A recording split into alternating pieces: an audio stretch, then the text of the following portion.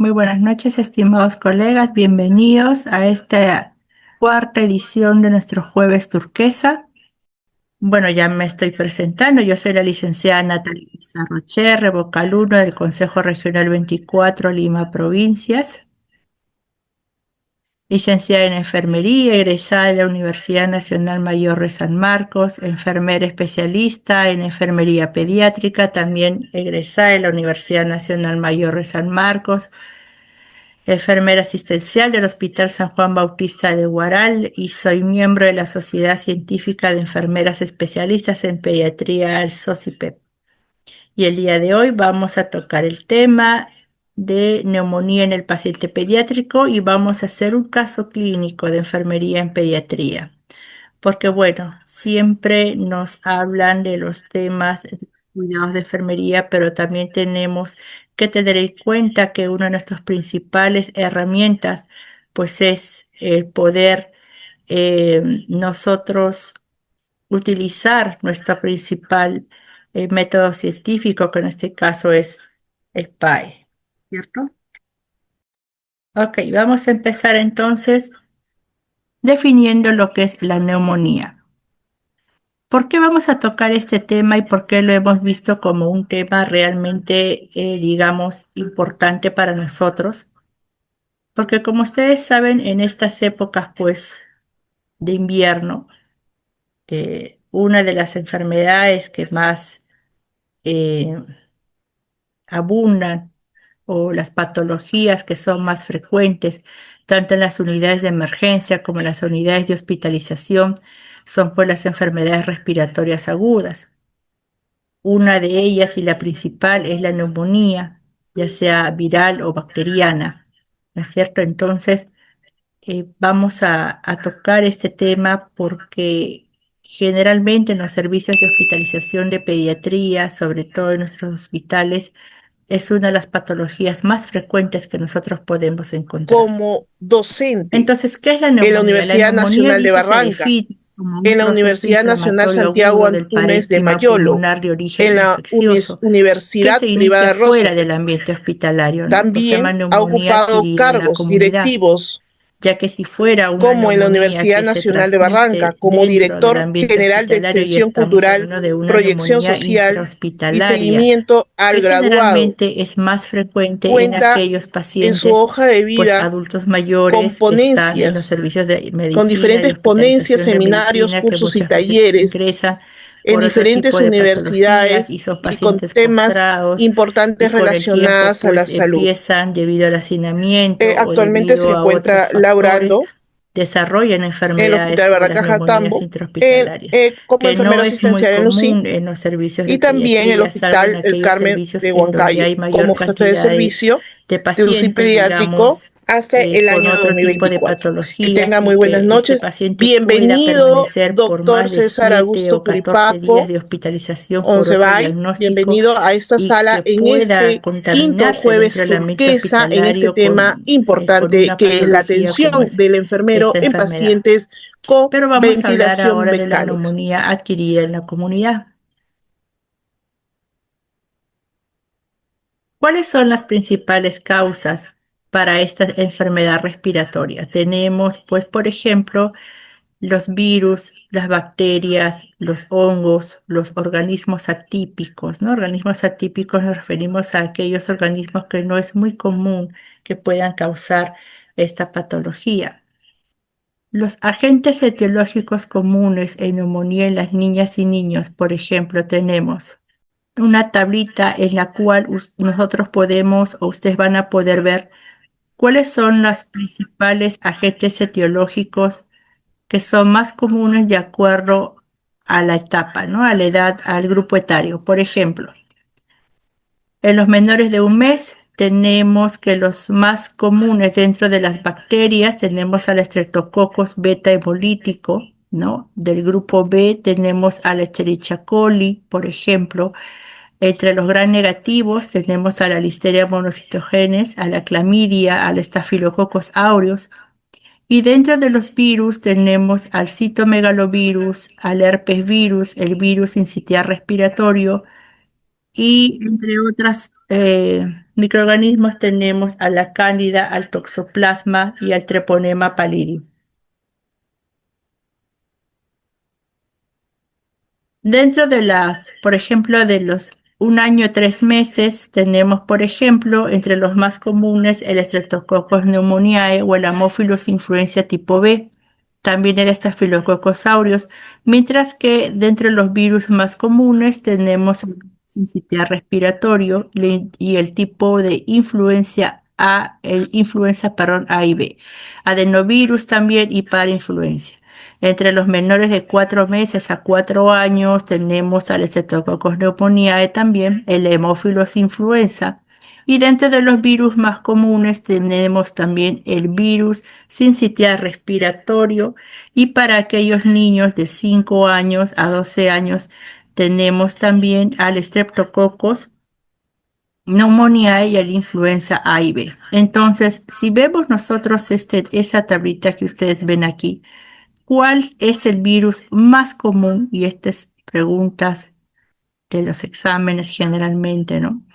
¿Cuál es el virus más común en los menores de 5 años? Virus, ojo, Vamos a más común en entonces los menores de hablar un 5 poco de años lo que son que los causan cuidados. la En neumonía. realidad, hablar de los El cuidados más común implica, tenemos entonces al virus sincitial respiratorio, ¿no? Inclusive hay hospitales en los cuales cuando los pacientes ingresan a las áreas de hospitalización se les hace un examen, un panel viral, ¿no? O un examen de hisopado para poder detectar qué tipo de virus es el que tiene el paciente ni bien ingresa a los servicios de hospitalización dentro de ciertos días de enfermedad y poder detectar cuál es el virus más común.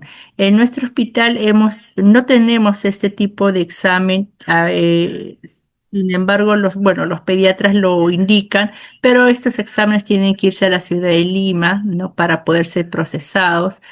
Y hemos tenido resultados de pacientes que vienen por virus sincitial respiratorio, que es uno de los más comunes que nos ha tocado pues dentro de los ambientes de hospitalización.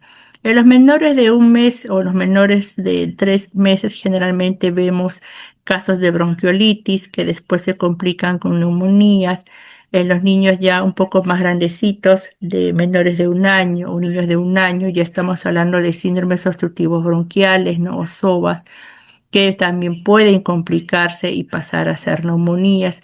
Y en los niños, pues ya un poquito más grandecitos, que vienen a veces por procesos asmáticos, generalmente el proceso de hospitalización ya es menor, ¿no? De 3 a 5 días, pero cuando este proceso de hospitalización dura mucho más tiempo y haya, digamos, complicaciones como atelectasias y otros síntomas que se acompañan, ya estamos hablando de unas neumonías atípicas producidas generalmente por estos virus. Luego de pandemia, tuvimos nosotros, al menos en nuestro hospital, la experiencia de que al menos en este año hemos tenido casos de pacientes con enfermedades respiratorias con tiempos de hospitalización prolongados que antes, por ejemplo, no se veía, ¿no?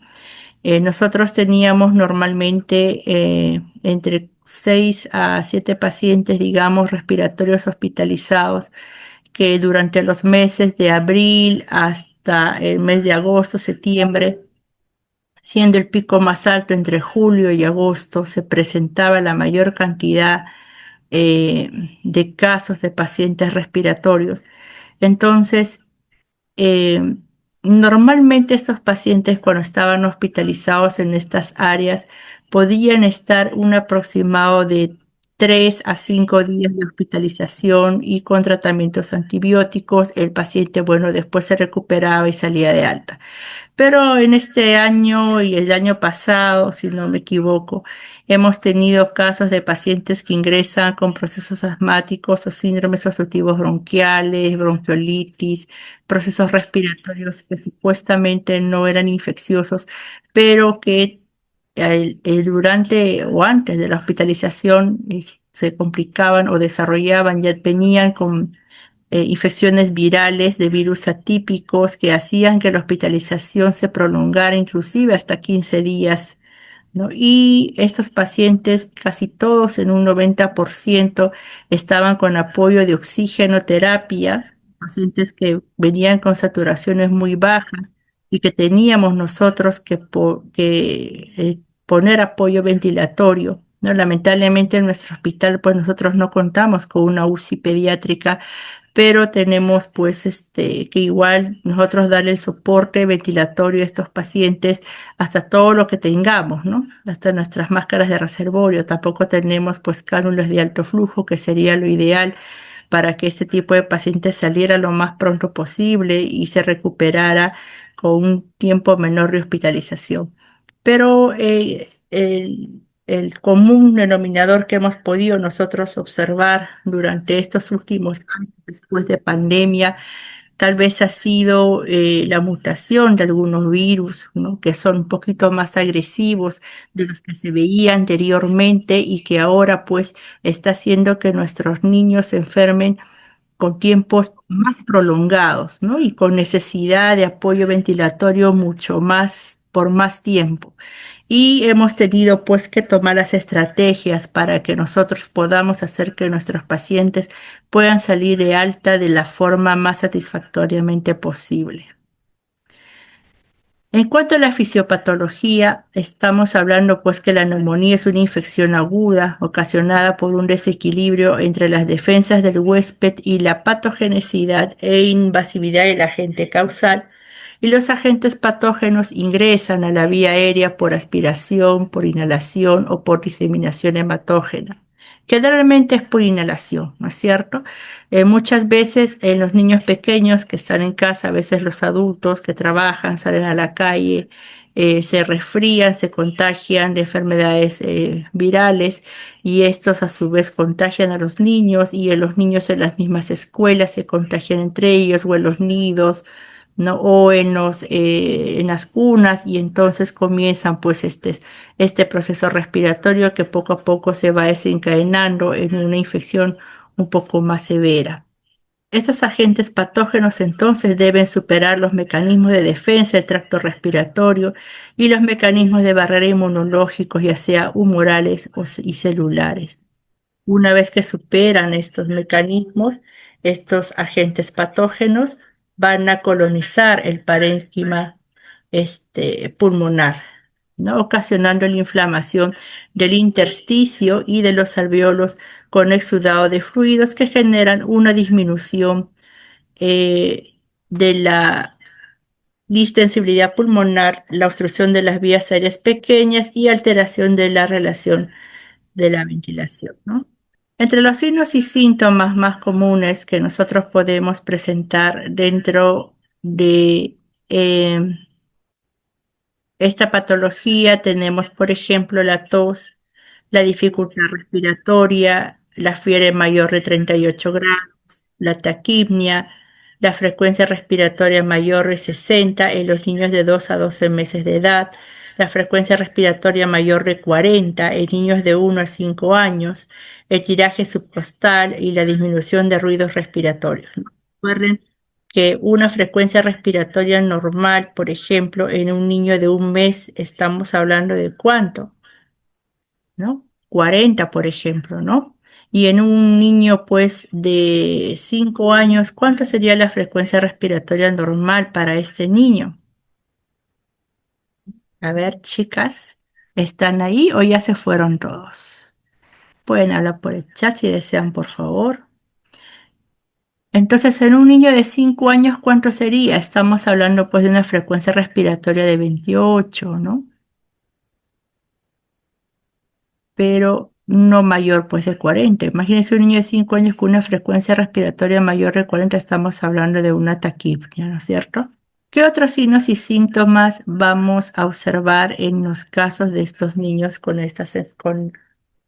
neumonía? Tenemos, por ejemplo, la hipoxemia, que es la baja saturación en los pacientes, el esfuerzo respiratorio, ¿no? En las neumonías virales se inicia con los cuadros catarrales y, por ejemplo, el broncoespasmo, que es muy común en este tipo de pacientes. Y en las neumonías graves, pues tenemos una dificultad respiratoria marcada, hay politirajes, hay aleteo nasal, hay quejido, cianosis central o apnea intermitente. Tenemos que los pacientes a veces hay la dificultad para beber o lactar o hay vómitos frecuentes. A veces los niños empiezan a toser y vomitan todo aquello que están comiendo. El bebé cuando es pequeño no puede lactar, a veces tiene acumulados secreción a través de las fosas nasales o en las vías aéreas superiores y esto imposibilita que el bebé pueda lactar adecuadamente, ¿no es cierto? Hay alteración del estado de sensorio, hay convulsiones y la saturación de oxígeno es menor a 92% si estamos en una zona pues de costa, ¿no? Ahora, si estamos en una zona de altura, más de 2.500 metros sobre el nivel del mar, la saturación es menor de 85%. Entonces, por ejemplo, en un paciente adulto, un paciente adulto aparentemente sano que ingresa con una neumonía, un servicio de hospitalización, si satura 90%, 91%, bueno, todavía tal vez le damos chance, pero cuando ya empieza a desaturar con 89, comenzamos a colocar pues el apoyo ventilatorio. En el caso de un paciente pediátrico, con que el 94% es nuestro límite, ¿no? Si ya el paciente empieza a saturar entre 93 a 92%, ya es necesario que nosotros coloquemos pues el apoyo ventilatorio. Y muchas veces no estamos hablando solamente de la saturación de oxígeno, o sea, no tiene que ser este nuestro único digamos, es nuestra única señal para nosotros poder poner el apoyo ventilatorio. A veces tenemos que los pacientes pues están utilizando o están con dificultad respiratoria marcada, hay un esfuerzo respiratorio, hay múltiples politirajes, ¿no? Aparentemente el paciente está saturando pues 96%, 97%, sin embargo hay pues esfuerzo respiratorio, entonces tenemos que colocar nuestra cánula binasal, aunque sea 1 litro o 2 litros, para apoyar a este paciente a que pueda tener una mejor oxigenación, porque si el paciente es pequeñito se va a cansar y va a empezar a desaturar y puede hasta desencadenar en un paro respiratorio. Entonces tenemos que empezar con nuestra valoración diagnóstica y dentro de nuestra valoración diagnóstica tenemos que parte de la ayuda diagnóstica tenemos, por ejemplo, el hemograma. En el hemograma vamos a apreciar una leucocitosis. Al aumento de leucocitos quiere decir que hay una infección. Un PCR mayor de 6 nos indica una infección viral. Y si vemos que este PCR es mayor de 80 miligramos por litro, hay una infección por bacterias, ¿ya no? En los hemocultivos, generalmente positivos en el 10 al 30% de las neumonías, ¿no? Cuando salen positivos, quiere decir que este hemocultivo hay una presencia de alguna bacteria. ¿Qué más? El diagnóstico por imágenes, el más importante es la radiografía de tórax, ¿no? A veces las ecografías, las tomografías. Bueno, en los pacientes pediátricos generalmente las tomografías son poco comunes por lo mismo si el paciente es muy pequeño, porque generalmente el paciente tiene que ir pues con todo un equipo al servicio de tomografía, ¿no? Anestesiólogo, enfermera, y a veces pues no hay el personal suficiente. Y al menos en nuestros hospitales que son niveles 2, 3 tenemos pues, o no cuentan algunos con topografía y pues tenemos que tener la ayuda de nuestra radiografía de tórax. Una radiografía de tórax que se toma al inicio con el que se hospitaliza al paciente y generalmente a los 2 o 3 días de hospitalización. Si este paciente no mejora, se vuelve a hacer un control de una placa nueva para ver pues cuál es el problema, ¿no? Si hay una atelectasia o si hay una complicación dentro de la hospitalización. En las ecografías, generalmente cuando se sospecha de derrames pleurales para ver si hay líquidos, ¿no? Atrapados ahí en el campo pulmonar y poder pues detectar a tiempo para que estos pacientes puedan pues ser referidos o puedan recibir una atención un poco más ya especializada. Entre las medidas generales que compete a nuestra profesión o al personal de enfermería, entonces, es aplicar medidas posturales como la elevación de la cabecera a 30 grados en una posición semisentada. Bueno, en nuestro servicio contamos nosotros con nuestras camas eléctricas en las cuales podemos hacer la elevación de la parte de la cabecera para que nuestros niños permanezcan en posición semi-Fowler durante la hospitalización para que esto favorezca la oxigenación de nuestros pacientes.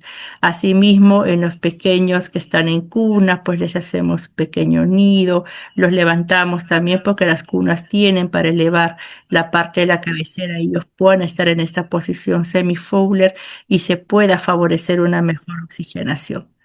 La alimentación por zona nasogástrica o orogástrica es una opción, ¿no?, en las niñas y los niños con riesgo de deshidratación o con dificultad respiratoria, pero generalmente estos pacientes cuando ingresan con frecuencias respiratorias elevadas, normalmente los médicos los dejan en el NPO y se comienza la hidratación endovenosa, ¿no?, para evitar pues la deshidratación.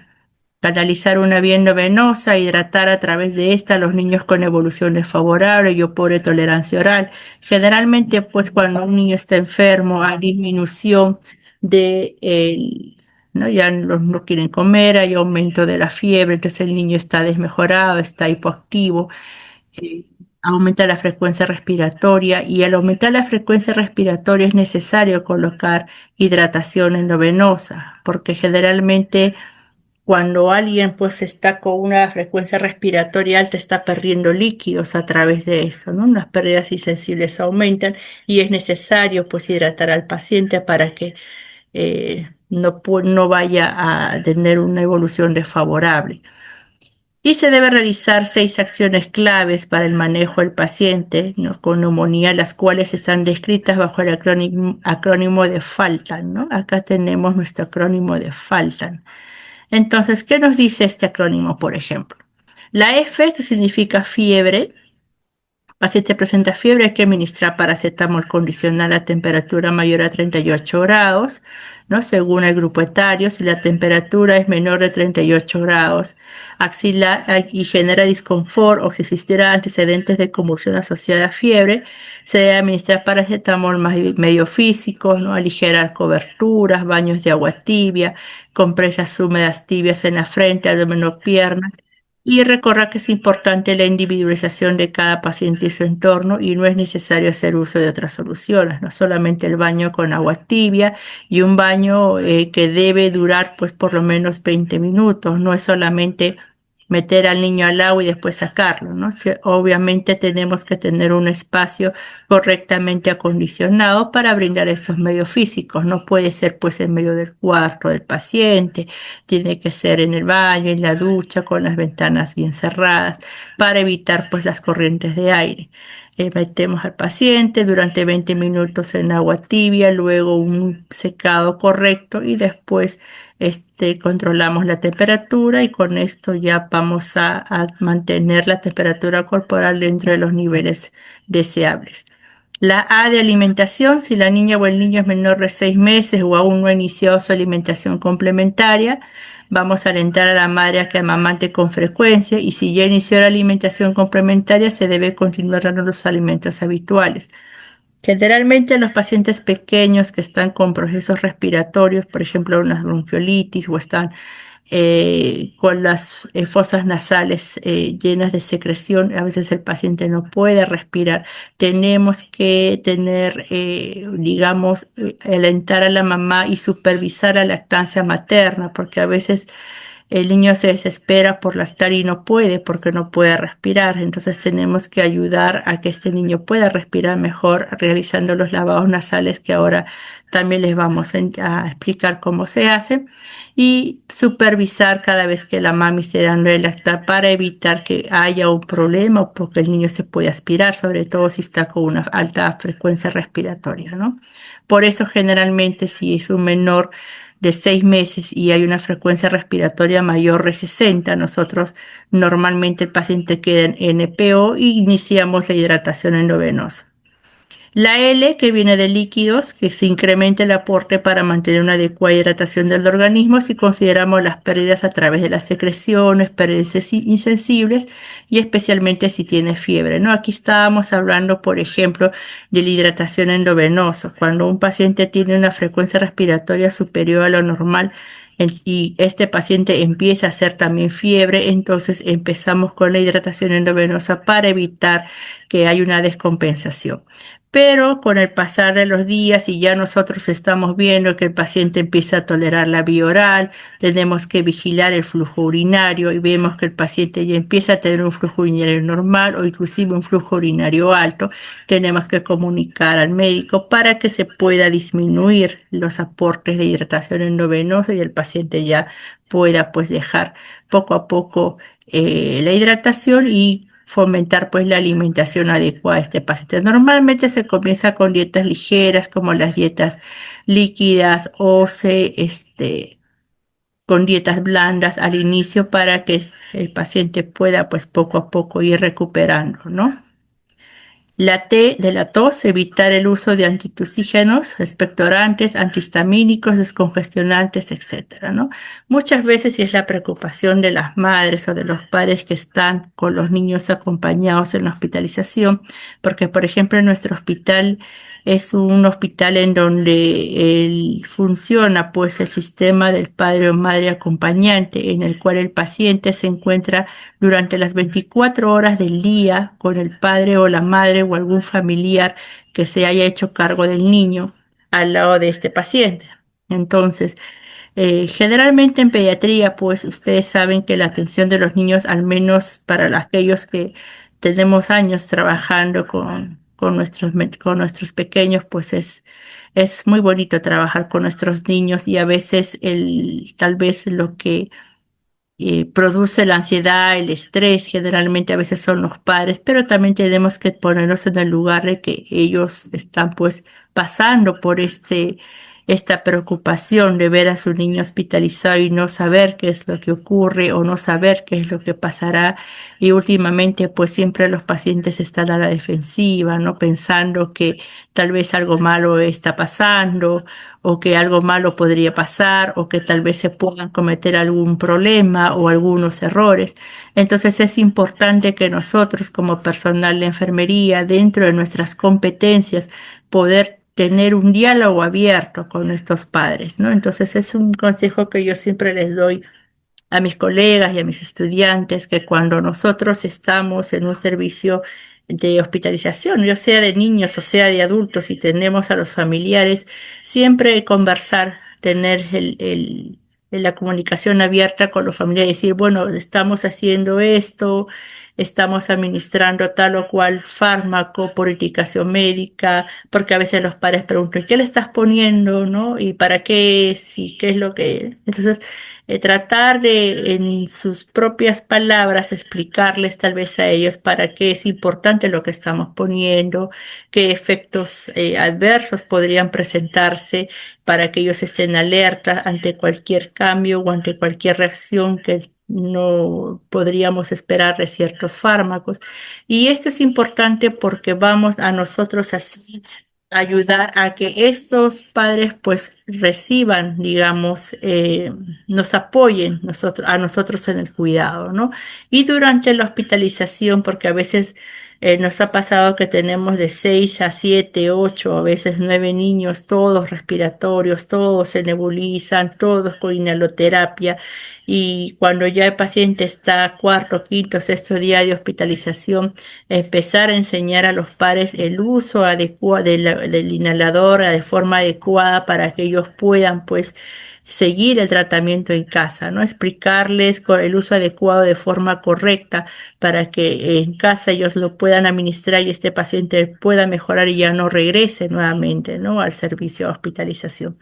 Explicarles también, por ejemplo, porque a veces es la preocupación de ellos que por qué mi niño sigue tosiendo, que la tos no se le va, que sigue tosiendo, y es un síntoma pues que va a desaparecer al final, ¿no? Siempre explicar que la tos es lo último en irse en estos casos, en estos procesos respiratorios y siempre tener ese diálogo con los padres dentro de nuestras competencias. Y cuando hablo de estas competencias, vale decir que ustedes saben como profesionales de enfermería que somos, que hay cierta información que no podemos dar a los pacientes y que es competencia netamente de los médicos, ¿no es cierto? Estamos hablando de la información de nuestros cuidados, que es lo más importante. En cuanto a la letra A, estamos hablando de alarma, por ejemplo, pues acudir de inmediato al establecimiento de salud más cercano. Esto es en caso se presentan los signos y síntomas de alarma. Esto es en el caso de los niños que se atienden de forma ambulatoria. No sé, dificultad para respirar. O, por ejemplo, cuando el niño sale de alta, explicarle a la mamá, ¿no? Si hay dificultad para respirar, taquipnea, tiraje, sibilancia, estridor, quejido. Si usted escucha, señora, que es un niño cuando respira, se escucha la respiración o ronca el pechito, ¿no? Traerlo. Si hay persistencia de fiebre a pesar de las 48 horas de tratamiento en el sistema, en el ambiente hospitalario. Si hay dificultad para beber o lactar o los vómitos son frecuentes, si hay compromiso del sensorio, no hay presencia de irritabilidad o somnolencia y ausencia de sonrisa social o convulsiones, también tenemos que tener en cuenta si el niño no mejora o empeora a pesar del tratamiento recibido. Generalmente están pues los 3 primeros días en hospitalización y al tercer día vemos que el paciente no mejora, entonces bueno, el médico ya tiene que iniciar pues un control y ver si se cambia o no la antibioticoterapia que está recibiendo o ver alguna u otra opción para que el paciente mejore, ¿no? Y la N, que viene de nariz, que habla acerca de la limpieza de las fosas nasales, ¿no? Si la presencia de secreciones interfiere con la alimentación o el sueño, porque a veces cuando son niños pequeños y tenemos la nariz tupida, ¿no? Los pequeñitos tienen la nariz tupida, no pueden respirar, entonces se va a proceder a la limpieza de las fosas nasales con una solución casera de agua con sal, que a la mamá le podemos enseñar que media cucharadita de sal en media taza de agua, o en tal caso suero fisiológico que usamos en el hospital, ¿no? Al 9%, se aplica de 5 a 10 gotas a 0.20 o 0.25 o 0.5 mililitros en cada fosa nasal. Recuerden que 1 mililitro es igual a 20 gotas, entonces 10 gotas sería 0.5, ¿no? Con nuestras jeringas de tuberculina o jeringas de 1 cc, cargamos 0.5 y aplicamos en cada fosa nasal con la frecuencia necesaria para mantener al niño o niña, ¿no? Digamos, pueda alimentarse. Ahora, en cuanto a la frecuencia, eso va a depender mucho de cuánto el niño esté congestionado, porque muchas veces los médicos te dicen cada 2 horas, cada 4 horas, cada 3 horas, o te dicen a demanda. Entonces, va a depender mucho de la valoración que tú hagas con tu paciente, ¿no? Si tú lo ves que tiene bastante secreción o lo ves que el niño está bastante congestionado, entonces tienes que aumentarle la frecuencia de los lavados nasales porque esto de alguna manera les ayuda a ellos no solamente a la lactancia, sino también mejora la saturación y mejora la respiración de estos pacientitos, sobre todo cuando son pequeñitos, ¿no? Entonces, dentro del tratamiento nosotros tenemos el soporte ventilatorio que ya habíamos conversado. Pacientes que saturan menos del 94%, ya estamos nosotros iniciando nuestra colocación de nuestra cánula binasal, vamos evaluando y si vamos viendo que el paciente no mejora, ya pasamos a usar nuestra máscara de Venturi o bien nuestra máscara de reservorio, dependiendo de la saturación de nuestro paciente, dependiendo de la evaluación clínica que nosotros tengamos o que nosotros veamos, ¿no? Si vemos que, por ejemplo, hay mucho esfuerzo respiratorio, hay tirajes, hay taquipnea, y paciente la saturación no sube de 89, 90%, ya vamos a colocar una máscara de reservorio y vamos controlando y vamos evaluando, ¿no? Cómo va yendo. No necesitamos todavía que el médico nos esté diciendo, ponle cánula, ponle máscara, sube aquí, sube a 3 litros, sube a 10. Tenemos nosotros como personal profesional de enfermería que ya somos, pues ir evaluando a nuestro paciente y no solamente dedicarnos a ver el oxímetro, ¿no? Porque muchas veces pues solamente estamos pendientes de lo que marca el oxímetro y, ya está marcando 97, ya, nos confiamos y nos vamos, ¿no? Y a veces el paciente está con un esfuerzo respiratorio marcado, entonces tenemos que tener en cuenta que la evaluación es integral, no se trata solamente de ver lo que nos marca el monitor o lo que nos marca el oxímetro, ¿no? Sino también ver la clínica. A veces hay pacientes que están muy tranquilos, hemos visto niños que están con frecuencias respiratorias de 24, no tienen tirajes, no llevan esfuerzo respiratorio, ¿no? Están sentaditos, están coloreando, están jugando, ¿no? Se les ve aparentemente estables, pero tienen saturaciones bastante bajas, ¿no? Entonces nosotros vamos manejando el apoyo ventilatorio dependiendo ya ahí de la saturación, a pesar que a veces vemos que el paciente pues está comiendo bien, ¿no? Y está tolerando los líquidos perfectamente. Entonces vamos manejando el tratamiento del soporte ventilatorio y comenzamos el inicio del DCT de forma progresiva, porque si nosotros nos ingresa un paciente, vamos a suponer en la emergencia con digamos, una saturación de 90% y colocamos nuestra cánula binasal, vamos a ponerle a 4 litros, paciente satura 98, 99, ya vamos bajando a 3 y así en menos de 20 minutos tenemos que nosotros esperar por lo menos, ¿no? El control de nuestra saturación no puede ser colocar el oxímetro, esperar 5 minutos, ni bien marque y retirar. No, recuerden que el control de las funciones vitales tiene que ser al minuto y sobre todo el control de la saturación cuando son niños pequeños que se mueven, que lloran. Entonces tenemos que darle un tiempo prudencial para tener un buen valor, ¿no?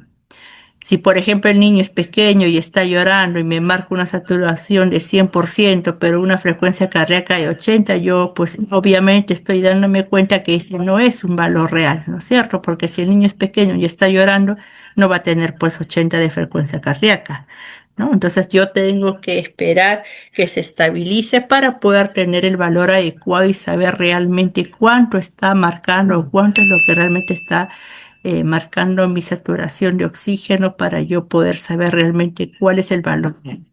¿Qué más? Estamos hablando de la terapia antibiótica, el monitoreo del tratamiento y el monitoreo respiratorio, que es lo que hemos estado hablando hace poco, ¿no? La terapia antibiótica, que es lo que, bueno, los médicos indican normalmente que en pediatría pues pasamos los antibióticos, la mayoría de los antibióticos se pasan por el Volutrol.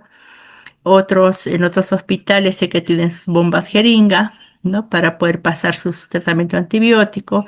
Normalmente no se pasan los antibióticos en bolo porque recuerden que las venitas pues se pueden dañar. Entonces los pasamos por Volutrol para tener un mejor control del tiempo y la administración y dilución de estos fármacos, ¿no? El monitoreo del tratamiento, recuerden que nosotros, si bien es cierto, no podemos pues guiarnos solamente de que como en algunos establecimientos o tal vez en algunos servicios o en algunos lugares, en otros hospitales, a veces dicen el tratamiento cada 8 horas y a todas las 8, todas las 4, todas las 12, ¿no? Y no podemos dar un tratamiento todo al mismo tiempo, porque recuerden que no podemos mezclar ciertos antibióticos. Si hay corticoides, debemos tener tiempos prudenciales entre uno y otro. Los ciertos analgésicos no podemos nosotros mezclar con ciertos fármacos, entonces es importante también tener conocimiento de eso.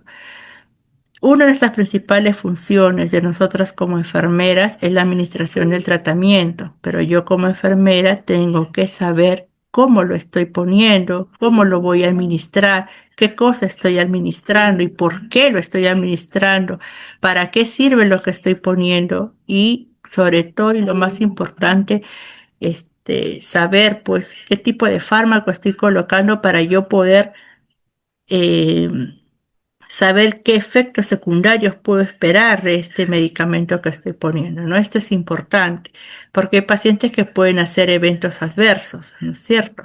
Si colocamos el metamizol en bolo, lo colocamos muy rápido, ¿qué puede pasar? Puede haber hipotensión, puede haber disminución de la frecuencia respiratoria, ¿no es cierto? Si nosotros colocamos la vancomicina muy rápido, ¿qué puede pasar? Puede ocurrir un evento adverso, ¿no? El paciente se puede un rash generalizado, que se le conoce como el síndrome del hombre rojo. Tenemos que tener en cuenta eso. Y no es que el paciente sea alérgico a la vancomicina, sino que hubo una mala administración del tratamiento. Y por eso es muy importante que si nosotros tenemos que administrar ciertos medicamentos como la vancomicina, como el sulfato de magnesio, que cuando colocamos sulfato de magnesio en las ambientes de hospitalización, que debería ser en las unidades de shock trauma, pero bueno, a veces lo pasamos en la hospitalización porque el paciente tiene que recibir cierto tratamiento para poder mejorar. Porque recuerden que si bien es cierto, en algunas unidades de hospitalización no contamos con UCI, pero a veces tenemos pacientes de manejo tipo intermedio y que tenemos pues que monitorizar y que controlar y que administrar ciertos fármacos y para eso tenemos que colocar nuestro monitor, nuestras bombas de infusión, poder pasar nuestro medicamento y sobre todo tener la vigilancia de qué estamos administrando y qué parámetros tenemos que ir evaluando para poder saber que está yendo bien la administración de este fármaco. Entonces, según la norma técnica de MINSA, tenemos que en los niños o niñas mayores de 2 meses a 12 años existe el tratamiento para lo que es la neumonía. Estos antibióticos como la ampicilina, el cloranfenicol, la penicilina G sódica, la cetrazona o la cefotaxima. Los fármacos que más se usan en la parte hospitalaria generalmente son la ampicilina para aquellos menores de 6 meses, ¿no? Cuyas dosis son entre 150 a 200 miligramos por kilo día endovenosos dividido en cada 6 horas con una dosis máxima de 4 gramos por día. ¿No? Y muchas veces, a veces, cuando el personal es nuevo en los servicios de, ¿no? A veces uno pues va contento a su primer trabajo y resulta que en el hospital dice, te vas a pediatría, ¿no? Y pues algunos van con miedo, ¿no? Y dicen, ¿y ahora cómo vamos a administrar el tratamiento?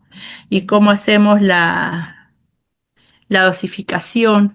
Y regla tres simple nada más, colegas, ¿no? Entonces, si por ejemplo a mí me dicen que yo tengo que administrar 150 miligramos de ampicilina, no.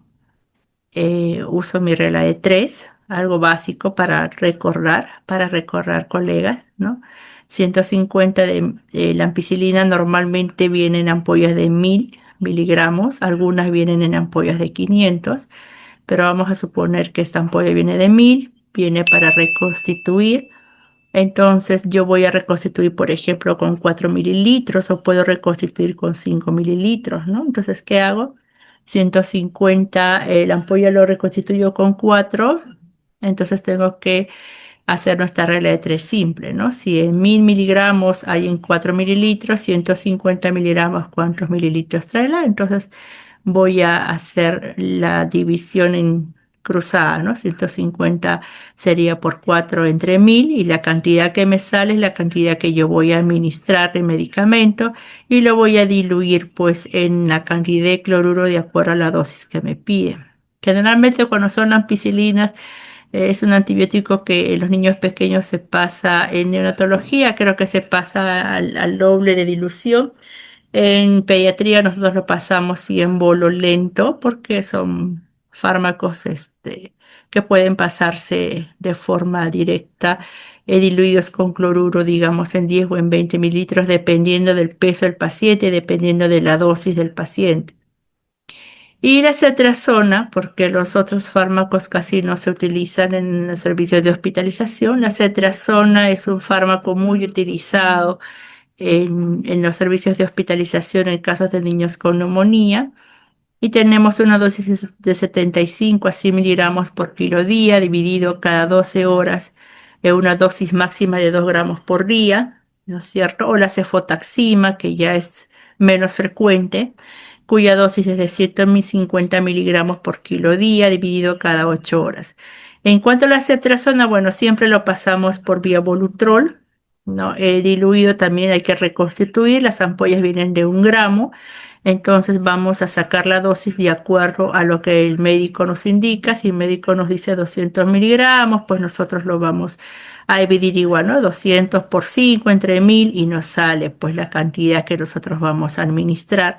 Si nos pide 350 miligramos por 5 entre 1000, ahora si lo diluyeron en 4 por 4, pues, ¿no? Si lo diluyeron por 10 entre 1000. Y lo pasamos por Volutrol generalmente.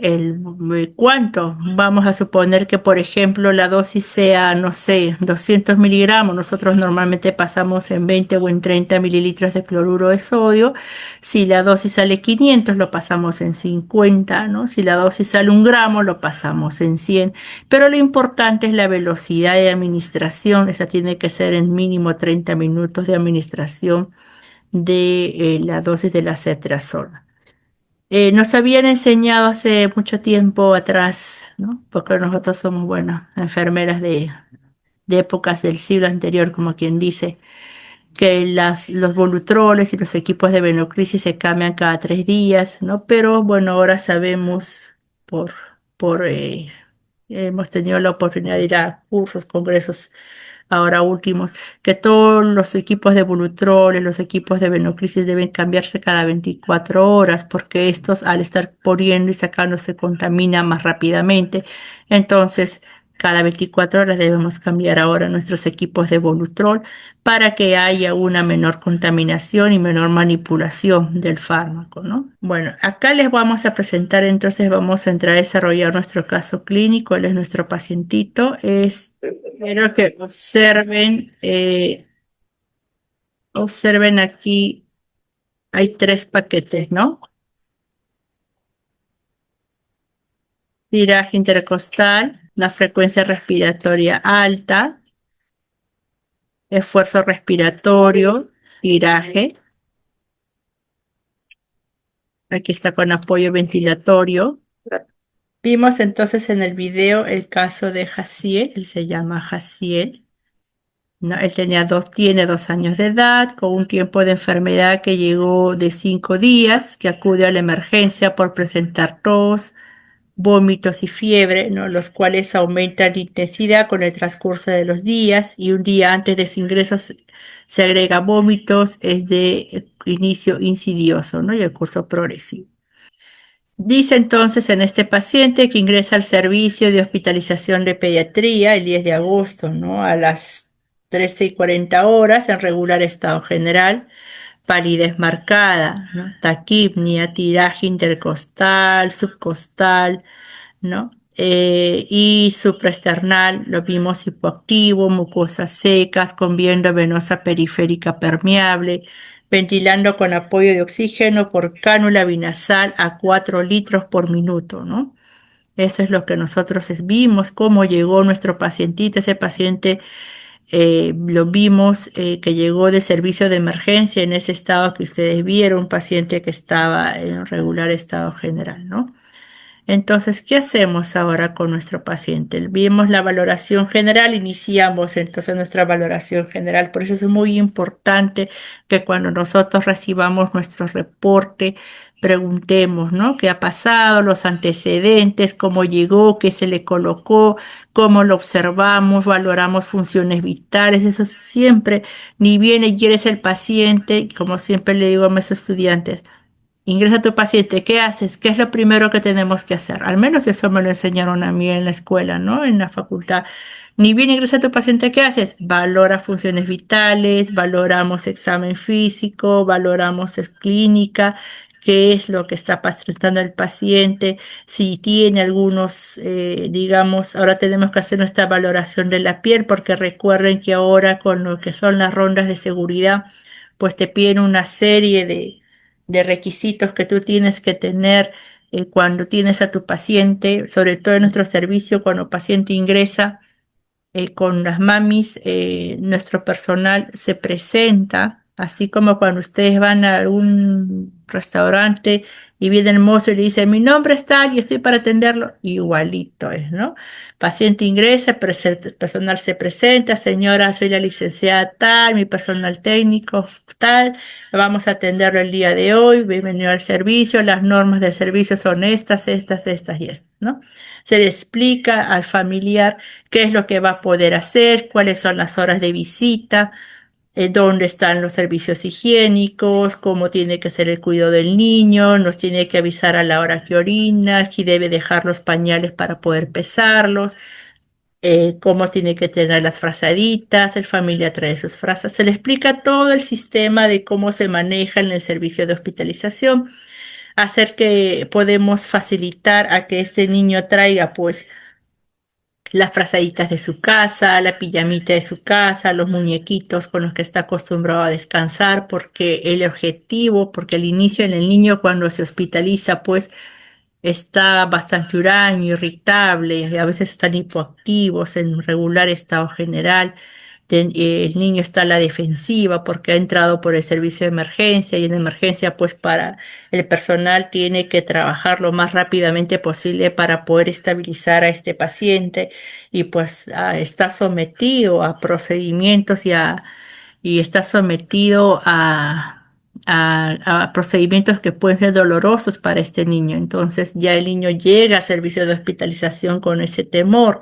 Entonces nosotros como personal de enfermería tenemos que darle pues la mayor confianza a este paciente y a esta mamá, a este papá, para que puedan brindarles la tranquilidad, ¿no? Para que puedan superar la hospitalización, porque recuerden que un niño pues no está hecho para que sea un hospital, nadie va a un hospital a visitarnos ni a recrearse, ¿no? No va la gente va al hospital porque bueno, ya es el último recurso para poder mejorar la salud.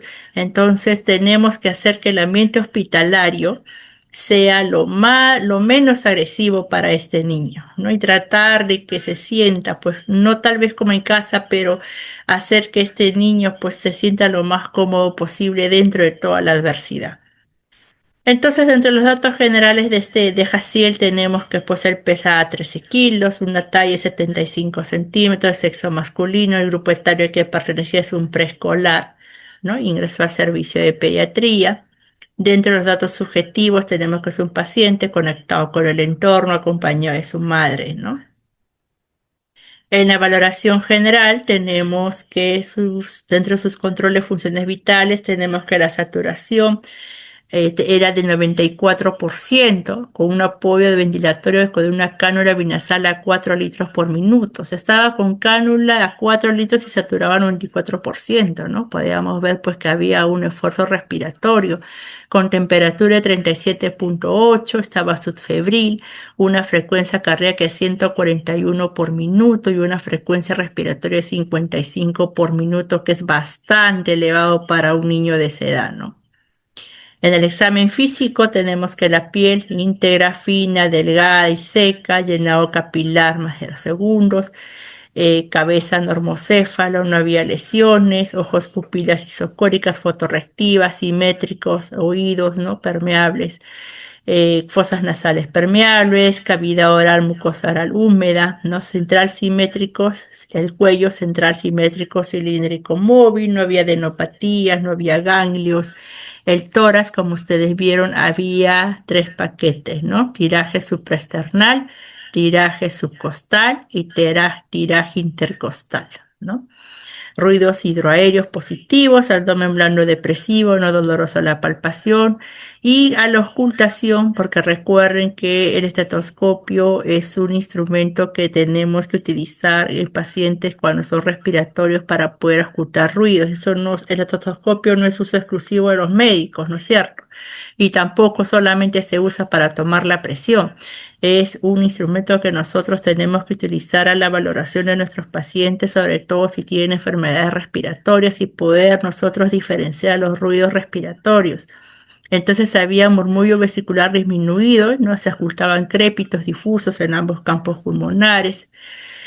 En el aparato cardiovascular no había soplos cardíacos, genitales externos masculinos presentes sin alteración, tono y fuerza muscular disminuida, presencia de vía endovenosa permeable en miembro superior derecho y una aparente columna vertebral aparentemente normal de acuerdo a la edad. En el diagnóstico médico, bueno, la neumonía típica versus viral, una deshidratación moderada, un SOVA y un síndrome febril, ¿no? O sea, el SOVA había sido ya una complicación en la neumonía, ¿no? Dentro del tratamiento médico que indicaron para este niño, empezó con una dieta blanda de tolerancia, más líquidos a voluntad, una destroza al 5% de 1000, con cloruro al 20%, una ampolla de 20 cc, más un cloruro de potasio con 10 cc y pasar 50 cc por hora. Cuando nosotros tenemos estas indicaciones, pues tenemos que pasar obviamente por bomba de infusión, poder programar a 50 cc por hora para poder mantener un volumen adecuado a un paciente. Recuerden que los pacientes pediátricos pues no es como un adulto, ¿no? Un adulto pues tú le puedes pasar 1000 de cloruro porque se deshidrató, qué sé yo, y bueno, el paciente irá pues más rápido, más frecuentemente al baño. Pero en un niño que tú le pases un volumen mayor al peso que es, o porque recuerden que en pediatría todo se pesa, los pacientes se pesan todos los días, al menos en nuestro servicio, pacientes que ingresan al servicio se pesa, paciente que está hospitalizado se pesan a las 6 de la mañana todos los días porque el peso es muy importante, no solamente para la dosificación del medicamento, sino para poder sacar flujos urinarios, pérdidas insensibles, ¿no es cierto?, volúmenes. Entonces, cuando se le indica un volumen endovenoso a un paciente, nosotros tenemos que tener mucho cuidado de cuánto estamos pasando, ¿no? No podemos dejar abierta la llave y decir ya pasará, vamos a hidratar y después nos damos cuenta y se pasó todo el frasco y ahora qué hacemos. Y después paciente presenta edemas palpebrales, ¿no? Y tenemos que tener cuidado porque se sobrecarga y al sobrecargarse de volumen, esto puede hacer, si es un paciente cardíaco, imagínense, hay un problema que se va a originar en estos niños. Entonces tenemos que tener cuidado cuando manejamos volúmenes en los pacientes, usar siempre nuestra bomba de infusión.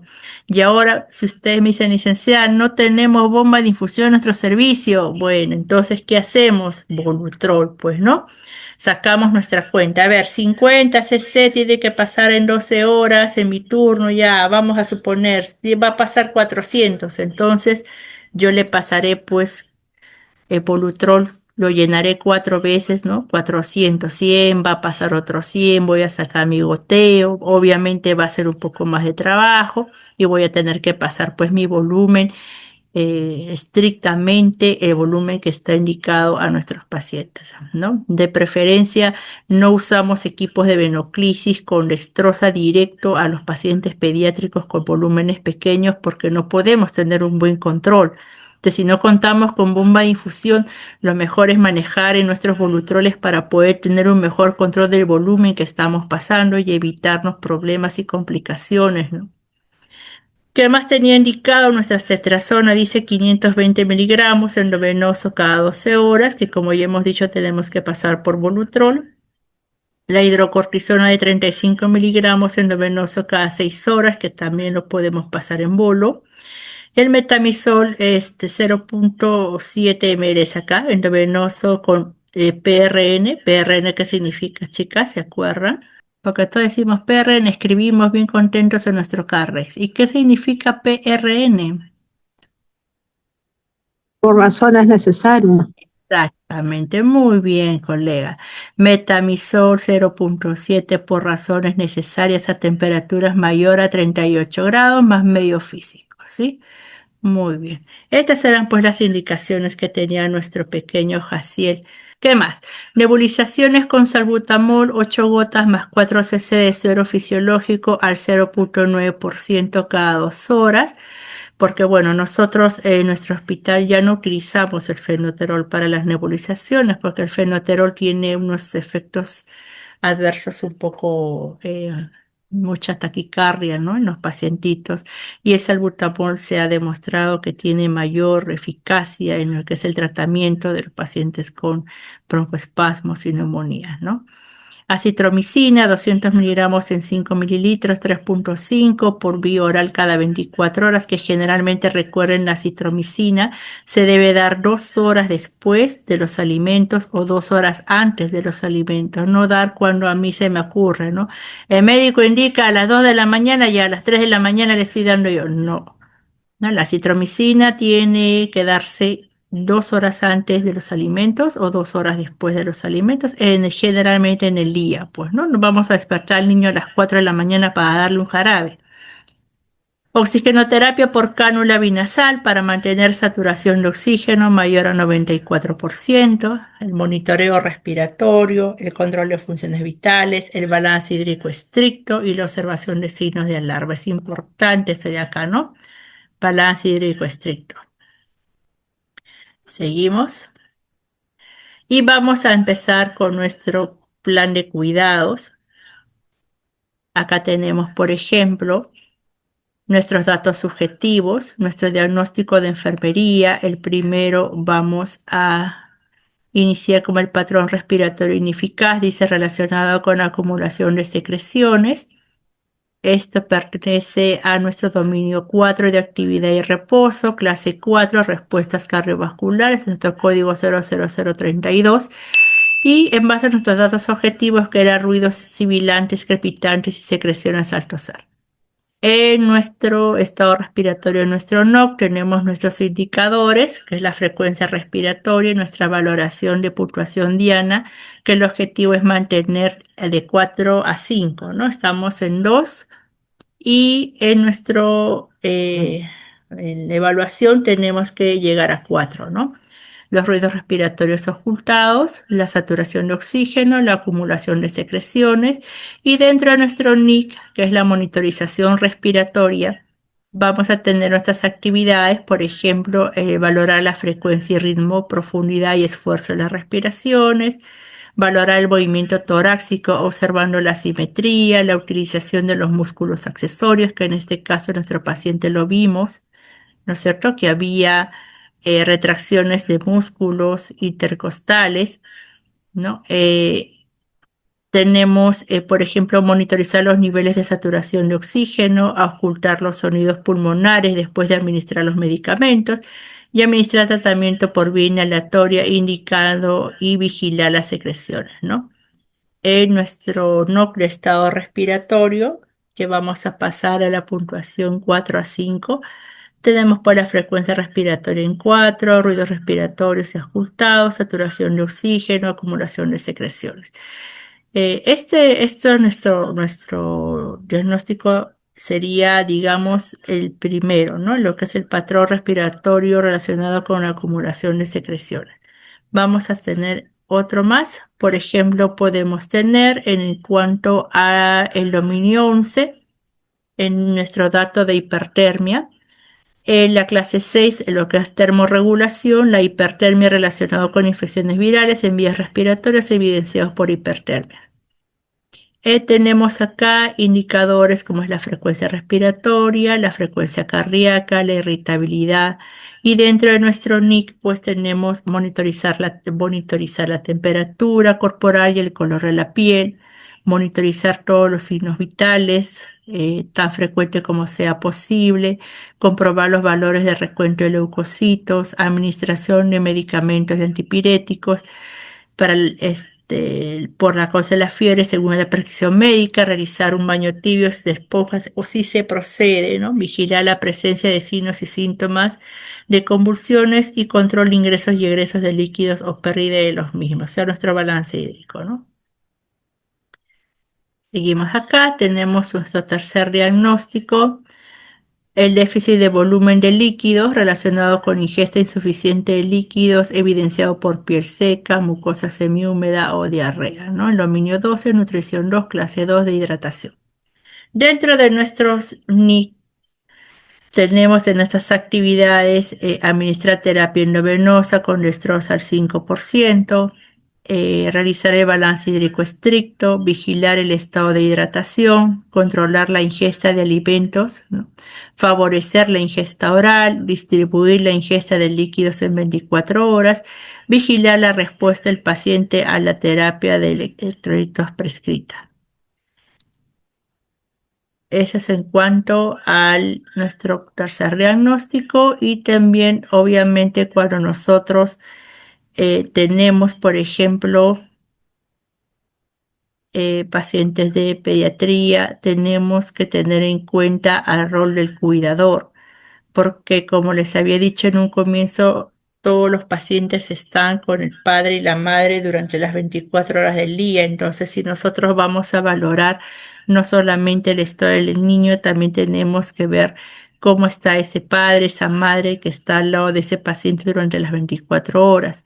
Cuando los niños son lactantes, muchas veces tenemos a las mamás que están las 24 horas del día al lado del niño, muchas veces con la justa tienen tiempo para irse a bañarse, para ir al baño, para poder comer. Entonces, encima, pues los ambientes hospitalarios no tienen pues esa, digamos, comodidad para como que puedan descansar, ¿no? A veces en un sillón, a veces en una sillita, con sus colchitas, y tenemos que nosotros tratar de alguna forma de darle pues un soporte para que puedan, pues, ¿no? Mantener el cuidado del paciente porque también se cansan. Entonces, a veces no es digamos, solamente decir, ya, acá te quedas y no puedes salir, ¿no? Tenemos que también ser un poco flexibles, de buscar que tal vez reciba el apoyo de algún otro familiar, que se vayan, digamos, reemplazando en los momentos claves. Tal vez cuando el niño está durmiendo, puede entrar el otro familiar a ir cuidando, mientras la mamá pueda descansar un momento, ¿no? Tenemos entonces el diagnóstico de tensión del rol del cuidador, ¿no? Que es la relación de roles, roles de cuidado, y dentro de nuestras actividades, eh, tenemos, por ejemplo, determinar el nivel de conocimientos del cuidador, determinar la aceptación del cuidador de su papel, monitorizar los problemas de interacción que hay a veces en la familia. Hemos tenido casos que a veces, pues, los padres no tienen una buena relación y a veces vienen, discuten delante de los niños, y tenemos que evitar ese tipo de cosas, ¿no? Conversar con la familia para que dé la mejor tranquilidad posible para ese niño. Enseñar las técnicas de cuidador para mejorar la seguridad del paciente, ¿no? Monitorizar los indicios de estrés o cansancio, tenemos que valorar eso, y enseñar al cuidador estrategias de mantenimiento de la asistencia para fomentar la propia salud física y mental. Bueno, él es nuestro niño Jaciel, ya después de unos 4 a 5 días, me parece, ya de hospitalización. Acá ustedes lo ven ya más recuperadito, está con la mami. Y en nuestra evaluación, bueno, de nuestro primer diagnóstico tenemos el patrón respiratorio ineficaz relacionado con la acumulación de secreciones. El objetivo, el preescolar mantendrá las vías aéreas permeables, manteniendo un adecuado patrón respiratorio. Y en la evaluación, nuestro paciente mejora patrón respiratorio, ventilando espontáneamente y manteniendo vías aéreas permeables, ¿no? Esto más o menos es durante el tiempo de hospitalización, que en este caso estamos hablando de un promedio de una semana aproximadamente, ¿no? Entre 5 a 6 días ya se ve ya la recuperación bastante notable del paciente. Al tercer día se veía que el paciente está mejorando poco a poco, pero más o menos durante un promedio de una semana ya el paciente está listo prácticamente para el alta, ¿no? En la evaluación tenemos la hipertermia relacionada con infección viral en las vías respiratorias, y el objetivo es mantener la temperatura corporal dentro de los límites normales. La evaluación del preescolar mantiene la temperatura corporal dentro de los límites normales, dice, ¿no? El déficit de volumen de líquidos relacionado con ingesta insuficiente de líquidos. Tenemos los objetivos: paciente mantiene adecuada hidratación e ingesta de líquidos. La evaluación: paciente con adecuado balance hídrico, piel y mucosas hidratadas. En la evaluación del rol del cuidador relacionado con estancia hospitalaria, el objetivo es favorecer la adaptación al ambiente hospitalario del cuidador y del paciente. Y en la evaluación, el cuidador y el paciente mejoran una relación con el ambiente hospitalario y se muestra colaborador al tratamiento, ¿no? Como les decía, cuanto mejor mantengamos una comunicación abierta o una comunicación dentro de los límites que compete a nuestro cuidado, con nuestros cuidadores, nosotros vamos a poder lograr un mejor, digamos, apoyo por parte de ellos, una mejor colaboración, ¿no? Van a poder ayudar en el cuidado del niño, ¿no? De la mejor manera. Y quiero presentarles a mi equipo de trabajo de nuestro servicio del Hospital San Juan Bautista de Huaral. Somos 6 enfermeros del servicio de hospitalización de pediatría. Estamos en el frontis, por eso atrás dice consultorio. Estamos en el frontis de nuestro querido hospital. Trabajamos ya más de 20 años en nuestro servicio de hospitalización de pediatría. Todos enfermeros especialistas en pediatría. La verdad, estamos muy a gusto en nuestro servicio, aunque muy pequeño, pero con mucho entusiasmo para el cuidado de nuestros pequeños niños, ¿no? Nuestros niñitos.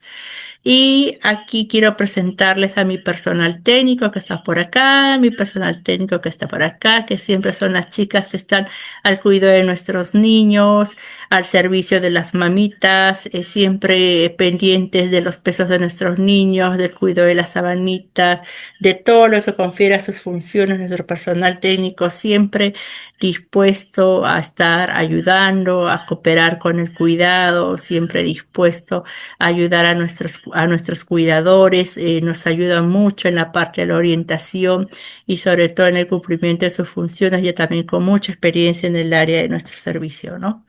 Y él es nuestro pequeño Jaciel, Juan Lía, que se fue de alta y ustedes ya lo ven todo recuperado, ¿no?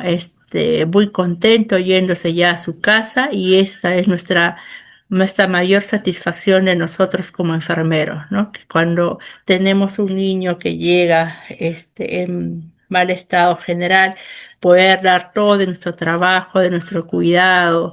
Nuestras primeras horas son muy importantes para poder sacar al paciente de nuestra fase aguda, a pesar que muchas veces en los hospitales de nuestra región, en Lima, provincias, no tenemos pues a veces los recursos necesarios, pero sin embargo tratamos de dar todo de nuestra parte para que nuestros pacientes puedan salir adelante. Gracias a nuestro Consejo Regional 24 Lima Provincias he tenido la oportunidad de poder visitar otros hospitales como Barranca, Supe, Chancay. Hemos ido a visitar a los hospitales del sur, en Resola, en el hospital de Matucana. Hemos podido conocer otras realidades. Hay servicios de pediatría que son muy bonitos, que tal vez tienen algunas más carencias que otras, pero yo creo que el cariño, el entusiasmo, el trabajo de los colegas se nota porque sinceramente el trabajo con nuestros niños creo que es muy gratificante cuando nosotros podemos ver cómo ellos se recuperan y se van, ¿no? Contentos a casa. Esa es nuestra principal satisfacción, ¿no? Entonces, yo creo que parte de nuestro cuidado humanizado es lo que nosotros no debemos perder nunca. Acá, si bien es cierto, estas capacitaciones nos sirven a nosotros para que podamos mejorar, aprender de ciertas patologías, de nuestro plan de cuidados, de hablar nuestro propio idioma, que son nuestros diagnósticos de enfermería, poder, digamos, volvernos expertos en ciertos procedimientos, pero lo más importante y lo que no debemos nunca dejar de lado es la parte humana de nuestros pacientes, no tratarlos como si fueran nuestros hijos, nuestra familia, nuestros padres, nuestros hermanos. Y en eso basa nuestro mayor cuidado, ¿no? No es solamente un paciente o un número más, no es 4 5 o el M5 o el P6, ¿no? Siempre nuestro servicio, al menos nuestros niños siempre por su nombre. Siempre a los niños tratamos de darles el mayor soporte posible dentro de nuestras terapias respiratorias. Por ejemplo, si bien es cierto, hay médicos que indican los inspirómetros de incentivo que muchas veces no están al alcance de los padres porque son un poquito caros y los pacientes tienen CIS y a veces no pueden comprarlos. Utilizamos nuestros globos y hacemos que los niños inflen sus globos y esto les ayuda mucho en las terapias respiratorias y hace que disminuya la estancia hospitalaria y el paciente mejore, ¿no? Es una de las opciones que nosotros hemos visto por conveniente implementar. Aparte, pues hay niños que sí necesitan el inspirómetro incentivo y los niños pequeños que no saben inflar globitos, pues siempre después de las nebulizaciones utilizar pues sus fisioterapias respiratorias, que son lo más importante, que ayudan para que el paciente pueda salir lo más pronto posible, ¿no? A ver, acá hay una pregunta, dice, en cuanto a las vías endovenosas, cada qué tiempo realizan el cambio y utilizan abocas, alitas o íntima. Gracias por la respuesta. Esta es la pregunta de licenciada Rosana Palacios Amparo. Buenas noches, licenciada Rosana. Eh, en lo que es MINSA, al menos en nuestra región, nosotros no utilizamos íntima. Creo que la íntima lo utilizan los colegas de salud, si no me equivoco. Nosotros en MINSA utilizamos los catéteres, los abocas que le llaman, los catéteres. No utilizamos alitas y en los cambios de los catéteres se cambian de acuerdo a la necesidad del paciente. Como ustedes saben, ya hay ahora los nuevos estudios en los cuales nos dicen que, pues, antes, si bien es cierto, nos decían que los catéteres se cambiaban a las 72 horas, ¿no? Ahora sabemos que, al menos en pediatría, el catéter endovenoso no se cambia al tercer día, se cambia cuando el paciente lo requiere y no debe estar el catéter colocado en la vía de un niño si éste no utiliza absolutamente nada por vía endovenoso. Si no es necesario, se retira. Si el paciente ya está con tratamiento bioral, ya en preparación para irse a casa y el médico indica retira, se le retira. El tratamiento, las vías endovenosas solamente se colocan en las zonas donde, de acuerdo a lo que va a recibir el paciente, no se cambian ya cada 3 días. Nosotros al menos en nuestro servicio canalizamos y vamos supervisando el uso de estas vías. Vamos evaluando, las vamos curando cada vez que sea necesario, porque ustedes saben que los pequeñitos comen con las manitos, ensucian los esparadrapos, ellos juegan, ellos siempre están inquietos, entonces tenemos que hacer los cambios de los esparadrapos cada cierto tiempo, ir curando nuestras vías para ir observando si hay zonas de enrojecimiento, si hay algún tipo de edema.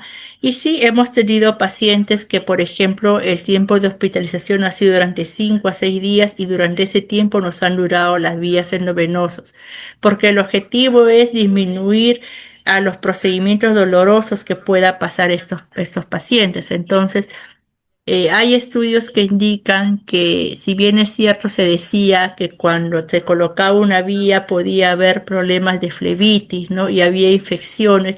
Sin embargo, no está demostrado que esa infección pueda darse el día 1, el día 3 o el día 5 o el día 7 de la estancia del catéter. Aquí lo que importa es la asepsia al momento de colocar esta vía. Si, por ejemplo, nosotros ya no usamos férulas, a no ser que el niño sea demasiado inquieto, generalmente usamos nuestras gasitas, le damos la forma anatómica y más cómoda posible para la vía de este niño, la protección con las mediecitas para que no lo estén jalando y, sobre todo, si el niño está recibiendo antibioticoterapias, la observación de la vía endovenosa durante cada turno, sobre todo en las tardes, para ir viendo cómo está lleno, ¿no? Si está permeable, si hay dolor, si el niño se queja, si hay irritación, entonces ya vamos cambiando la vía de ser necesario, pero ya no la usamos, ya no usemos el cambio cada 3 días, colega.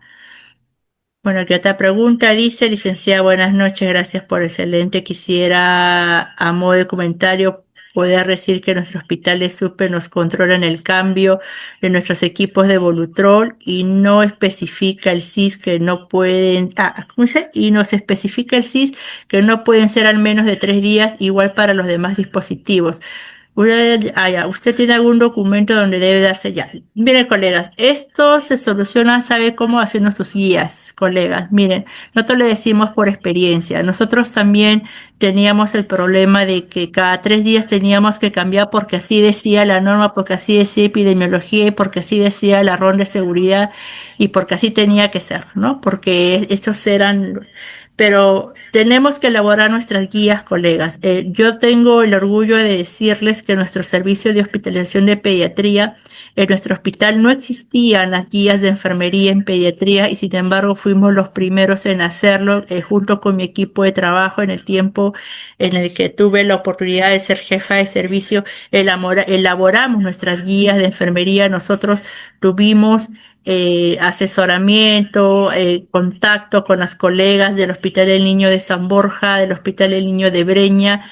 Usamos digamos, las guías que ellas utilizaron y en base a eso nosotros hemos podido elaborar nuestras propias guías.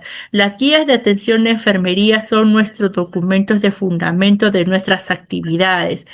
En base a eso nosotros hacemos nuestras actividades y hablamos un mismo idioma y eso nos sirve a nosotros como fundamento, porque eso tiene un fundamento, colega, porque esto está revisado por la unidad de calidad, la unidad de gestión de calidad y es La guía luego tiene una resolución que tiene un valor en el hospital. En base a nuestras guías, nosotros podemos ahí determinar cada qué tiempo se debe cambiar los equipos, en base a qué estudios están, porque estos fundamentos se encuentran en estas guías. Entonces, colegas, yo les invito a que ustedes como equipo se reúnan, elaboren sus guías de enfermería, sustenten y fundamenten el por qué. Hay bibliografía en los hospitales de cuarto nivel, como son en el Hospital del Niño de San Borja, tiene toda una bibliografía de guías de enfermería. Conversen ustedes con las colegas del Niño de Breña. Hay servicios en el Niño de Breña de accesos vasculares donde las colegas les van a orientar, por ejemplo, cómo es ahora el manejo allá. Claro que allá todos, ya ahí, por ejemplo, no usan volutroles, les cuento, en el Niño de Breña ya no usan, ahí usan bomba jeringa. Nosotros, pues, en nuestros hospitales no tenemos bombas jeringas, con las CUSA tenemos bombas de difusión, pero podemos utilizar este tipo de información para nosotros poder implementar nuestras guías de enfermería, presentarlas a nuestro departamento de enfermería, ir a nuestras unidades de gestión de calidad para que éstas puedan ser aprobadas, y en base a eso nosotros podemos sustentar el porqué de nuestros procedimientos de enfermería, el porqué de nuestras actividades y el porqué de nuestros cambios. Tenemos que ir evolucionando, colegas. Miren, aquí en la región Lima, provincias, todavía estamos usando alitas, AOCAS íntimas, y ya en Lima se utiliza otro tipo de catéter, son otras realidades, y nosotros, ¿por qué no lo podemos hacer? Tal vez porque aquí nos falta el recurso, ¿no? El recurso material, no hay tal vez las gestiones que quisiéramos que hubieran, pero nosotros tenemos que tratar de buscar, ver de nosotros, documentarnos, hacer nuestras guías y poder con eso lograr, pues, que vayan a ir cambiando poco a poco la mentalidad, porque así hemos logrado, por ejemplo, antes era así, nos exigían, no, tuvía 3 días, ya 4 días, no, ya está observada ahí en tu evaluación de epidemiología. No hemos podido en base a esto nosotros ir cambiando esto, ¿no? Y ya no es una exigencia porque tenemos un fundamento, ¿no? En nuestras guías está fundamentado el por qué. A ver, acá hay otra. Dice, es cada 24 del cambio. Así es, colega. En las instituciones como el Instituto de Salud del Niño de Breña, dice es cada 24 horas el cambio de voluntarios y los equipos Brown cada 3 días. Así es, colega. ¿Por qué? Porque los equipos Brown que están conectados a bomba de infusión están en infusión continua. Aquellos equipos que tienen infusión continua se cambia cada 3 días. En cambio, los volutroles, como se ponen, se sacan, se ponen, se sacan, se contaminan, entonces se cambian cada 24 horas. Eso sí es verdad. Nosotros tuvimos la oportunidad, bueno, quienes Sala pertenece a la Sociedad Científica de Enfermeras Peruanas especialistas en pediatría, y tenemos la oportunidad de que siempre nos están capacitando, y hay colegas que trabajan en estas unidades de esos vasculares en donde nos dicen, ¿no?, el por qué ahora ya no se utilizan estos equipos de Volutrol. Todos tienen un fundamento científico. No sé si hay alguna otra pregunta. Dice, la forma adecuada de administrar la metilprednisolona en pacientes pediátricos, ¿cuánto de volumen podríamos considerar en lactantes e infantes, por favor? Depende de la dosis, colega. Lo que pasa es que, miren, en la emergencia a veces tenemos dosis de ataque, ¿no? Por ejemplo, el paciente ingresa por la emergencia, está una crisis asmática, digamos, severa, le indican una dosis de metilprednisolona alta. Generalmente ahí los colegas lo pasan por Volutrol, pero cuando ya el paciente pasa a las unidades de hospitalización, usan dosis pequeñas, por ejemplo, 15 miligramos de metilprednisolona, 25 miligramos, 30 miligramos, y la apoya trae 500. Cuando nosotros sacamos la conversión nos sale 0.2, 0.3, 0.4, hasta 0.1 de dosis. Si ustedes pasan 0.1 en un Volutrol de 30, la dosis se va a quedar en la línea, ¿no? Y no va a pasar nada al paciente. Entonces nosotros lo pasamos en bolo pero lento. De acuerdo a la dosis es la dilución, ¿no? Entonces lo podemos pasar la metilprednisolona nosotros en bolo porque la dosis es mínima, ¿no? 0.2, 0.3. Lo pasamos en bolo con jeringas de día. Recuerden que la jeringa, a mayor volumen de jeringa, la presión es menor. A veces teníamos la creencia antigua de que, como es neonato, como es pequeño, jeringa de uno y lo pasas y la presión es mayor. A jeringas más chiquitas la presión es mayor, entonces el paciente lo va a sentir más.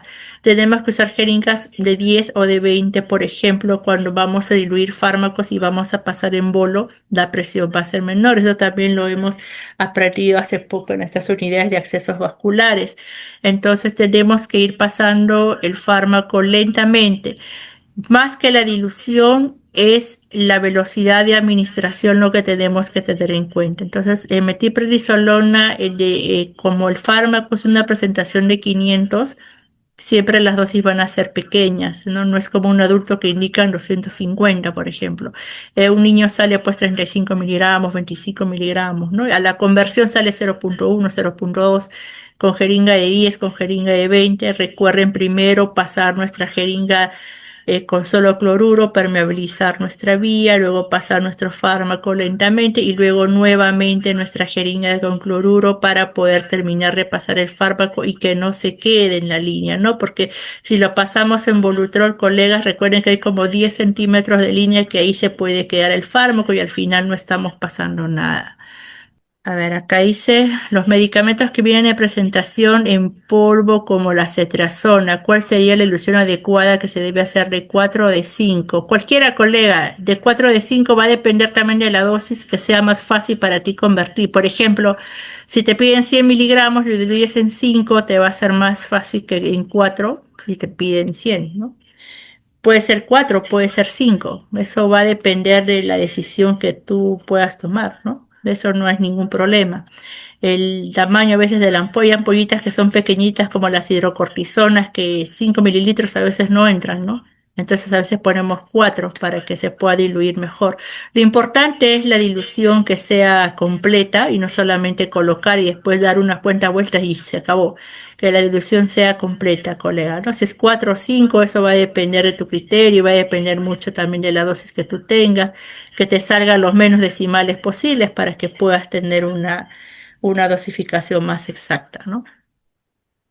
A nombre de nuestro condecano, nuestro doctor, el doctor Julio Manuel Cabello López, le damos las gracias por la confianza y esperemos que nos sigan acompañando y sobre todo es bueno escuchar las sugerencias, colegas, los cursos que ustedes quisieran recibir. Estamos dispuestos a escucharlos para poder programarlos, organizarlos y sobre todo tener la presencia de ustedes, que es lo más importante, porque para eso es nuestro colegio, es para el servicio de todos ustedes. Muchísimas gracias por acompañarnos a estas horas y muy buenas noches. Gracias a todos ustedes y nos vemos hasta el próximo jueves. Gracias.